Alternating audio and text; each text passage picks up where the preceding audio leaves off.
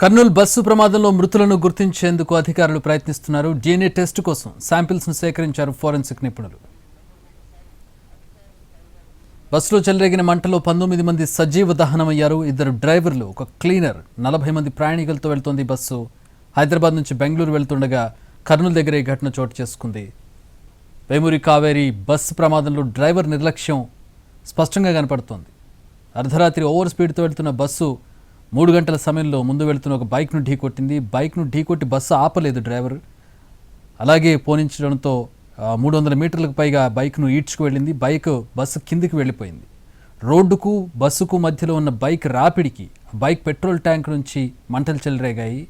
అప్పటికే ముందు కింది భాగంలో ఉన్నటువంటి బైక్ నుంచి వచ్చినటువంటి మంటలు బస్సుకు కూడా అంటుకున్నాయి.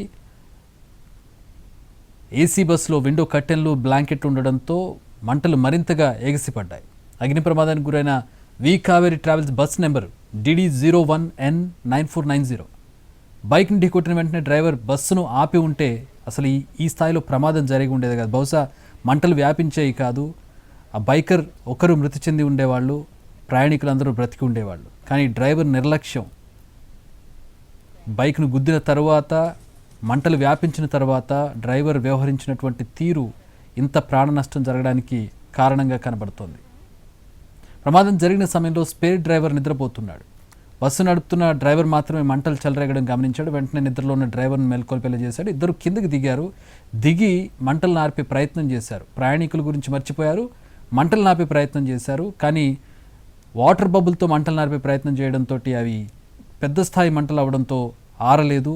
అప్పటికే జరగాల్సిన నష్టం జరిగిపోయింది. అప్పుడు ప్రయాణికులు గుర్తొచ్చి వారు ప్రయాణికులను అలర్ట్ చేసే ప్రయత్నం చేశారు. కానీ అప్పటికే మంటలు వ్యాపించాయి. కొంతమంది నిద్రలేచిన ప్రయాణికులు హాహాకారాలు చేయడంతో చాలామంది ప్రయాణికులు నిద్రలేచారు. కానీ పైన ఉన్నటువంటి ప్రయాణికులకు పూర్తిగా పొగ కమ్మడంతో వారు ఏం చేయాలో ఏం చేయకూడదో తెలియనటువంటి పరిస్థితిలో వారంతా కూడా బిక్కుబిక్కుమంటూ ఉన్నటువంటి పరిస్థితి. తర్వాత వెనకాల డోర్కి దగ్గరలో ఉన్న వాళ్ళు బ్యాక్ అద్దాన్ని పగలగొట్టి బయటపడడం, కొంతమంది ఎమర్జెన్సీ డోర్ నుంచి బయటపడడం, ఈ విధంగా దాదాపు ఒక 23 మంది బయటపడ్డారు. కానీ పై బెర్తుల్లో ఉన్నటువంటి వాళ్ళు కిందకి దిగలేక మంటలు చుట్టుముట్టడంతో అక్కడే సజీవ దహనం అయిపోయినటువంటి పరిస్థితి.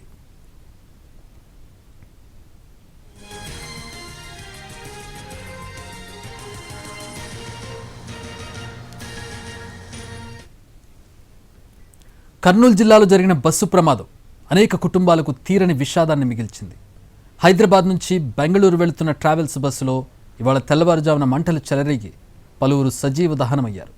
సరిగ్గా 10 రోజుల క్రితం రాజస్థాన్లోనూ ఇదే తరహాలో ప్రమాదం జరిగి 20 మందికి పైగా ప్రాణాలు కోల్పోయారు. ఇవే కాదు, గత కొన్నేళ్లుగా స్లీపర్ బస్సులో జరుగుతున్న ప్రమాద ఘటనలు ప్రయాణికుల్లో భయాందోళనలు రేకెత్తిస్తున్నాయి. వీటి నిర్వహణకు కఠిన నిబంధనలు తీసుకురావాలనే డిమాండ్లు వినిపిస్తున్నాయి. ఇంతకీ కర్నూలు జిల్లాలో జరిగిన బస్సు ప్రమాదాలకు కారణం ఏంటి?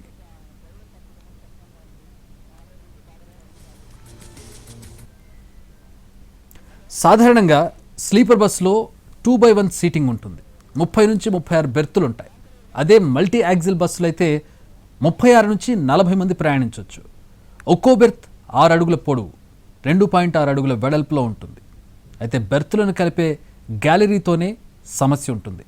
ఈ గ్యాలరీలు చాలా ఇరుకుగా ఉండడం వల్ల ఒకసారి ఒక వ్యక్తి మాత్రమే నడవడానికి వీలుంటుంది. ప్రమాదాల సమయంలో ప్రయాణికులు ఇరుకైన ప్రాంతం నుంచి వేగంగా బయటకు రాలేరు. స్లీపర్ బస్సులో ప్రయాణం సౌకర్యవంతంగానే ఉంటున్నా సీట్ల మధ్యలో ఉండే తక్కువ గ్యాప్ వల్ల ప్రయాణికులు తిరగడానికి తీవ్ర ఇబ్బందిగా ఉంటుందని నిపుణులు చెబుతున్నారు. దీనివల్లే ప్రమాదం జరిగినప్పుడు ఎక్కువ మంది బస్సు లోపల చిక్కుకుపోతున్నారని అభిప్రాయపడుతున్నారు. ఇక స్లీపర్ బస్సుల ఎత్తు కూడా మరో సమస్యగా మారుతోంది. సాధారణంగా వీటి ఎత్తు 8 నుంచి 9 అడుగుల వరకు ఉంటుంది. ఒకవేళ బస్సు ఉన్నట్టుండి ఒకవైపుకు ఒరిగిపోయినప్పుడు ప్రయాణికులు కిటికీలను, ఎమర్జెన్సీ ఎగ్జిట్లను చేరడం కష్టంగా మారుతోంది. ఈ ఎత్తు వల్ల రెస్క్యూ ఆపరేషన్కు కూడా ఆటంకం కలుగుతోంది. బస్సు ఎక్కి ప్రయాణికులను బయటకు తీసే లోపు మృతుల సంఖ్య పెరుగుతోందని నిపుణులు చెబుతున్నారు. మరోవైపు మగత, అలసట కూడా ప్రమాదాలకు కారణాలవుతున్నాయి. సాధారణంగా 300 నుంచి 1000 కిలోమీటర్ల దూరం ఉండే ప్రయాణాలకు స్లీపర్ బస్సులను అధికంగా వినియోగిస్తున్నారు. ఈ బస్సులు రాత్రి వేళల్లోనే ఎక్కువగా ప్రయాణిస్తాయి. దీంతో డ్రైవర్కు అలసట, మగత వచ్చే ముప్పు కూడా ఎక్కువగా ఉంటుందని నిపుణులు చెబుతున్నారు. అధునాతన బస్సులో డ్రౌజినెస్ అలర్ట్ సిస్టమ్లను ఏర్పాటు చేస్తున్నా వాటి పనితీరు సామర్థ్యంపై ఇంకా అనుమానాలున్నాయి. డ్రైవింగ్ సమయంలో తాము నిద్రమత్తులో ఉంటున్నామని 25% మంది డ్రైవర్లు అంగీకరించినట్టు 2018లో నిర్వహించిన ఒక సర్వే వెల్లడించింది. అర్ధరాత్రి తర్వాత నుంచి ఉదయం 6 గంటల్లోపు డ్రైవర్లు నిద్రలోకి జారుకునే అవకాశం ఉందని పలు అధ్యయనాలు పేర్కొన్నాయి. సుమారు 3-4 గంటల సమయం డేంజర్ టైం జోన్గా పరిగణిస్తారు. ప్రమాదాల సమయంలో మొదటి 2 నిమిషాల్లో ప్రతిస్పందించే తీరే అత్యంత కీలకమని నిపుణులు చెబుతున్నారు. సాధారణంగా స్లీపర్ బస్సుల్లో ఎక్కువ మంది ప్రయాణికులు నిద్రలోనే ఉంటారు. సీట్లలో మెలకువగా ఉన్నవారు లేదా ప్రమాదం జరిగిన వెంటనే తేరుకున్నవారు ప్రాణాలతో బయటపడే అవకాశం ఎక్కువగా ఉంటుందని నిపుణులు పేర్కొంటున్నారు. ఈ రోజు జరిగినటువంటి ఈ ఘటనలో కూడా అదే జరిగింది. ఇక అప్పర్ బెర్త్లో ఉన్నవారు బయటపడడం చాలా క్లిష్టంగా ఉంటోందంటున్నారు.